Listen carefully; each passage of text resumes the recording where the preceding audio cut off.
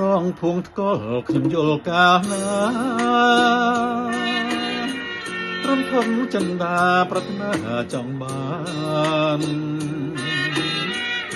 ស្រមើស្រមៃឃើញតែកល្យាធ្វើមិនដឹករៀមបានប្រាណមកគៀកាយដងស្ទឹងសង្កែបំពេដួងចិត្តប្រាំថាវមិតអិនបែកន្តើយរងចាំរូបបងឥតលួងពេលឡើយស្ទឹងសង្កែអើយប៉ុនរើយ៉ាងណាតើឈ្មោះនៅសៀងធ្វើឲ្យនាងមិនព្រមស្ដីប្រាប់ពីចិន្តាប៉ុន្តែសំដីថាស្រីមេត្តា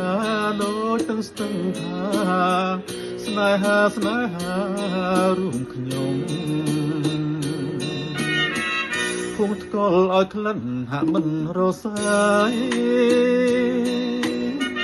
ឲ្យរៀមខ្វល់ខ្វាយស្ទើរតែស្រែកយំពីស្នេហ៍ខកចិនផ្ដិនក្នុងអារម្មណ៍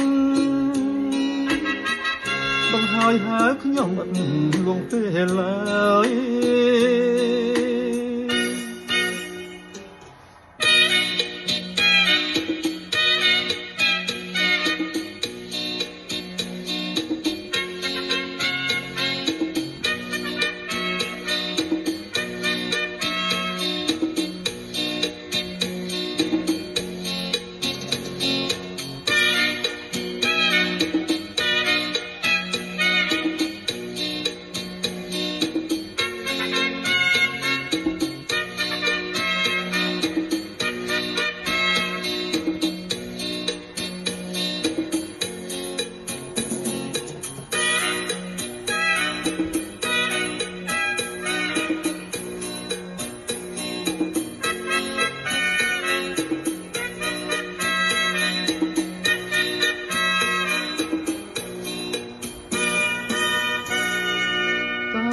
ឈ្មោះនៅសៀង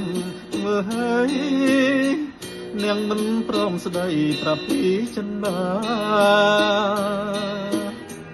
ប៉ុន្តែសំដីថាស្រីមេត្តាដូចទាំងស្ទឹងថាស្នេហារួមខ្ញុំភួងថ្កល់ឲ្យក្លិនហាក់មិនរសាយឲ្យរៀមខ្វល់ខ្វាយស្ទើរតែស្រែកយំភាពស្នេហ៍ខកចិនផ្ដិនក្នុងអារម្មណ៍បង្ហើយហើយខ្ញុំអត់លួងពេលឡើយ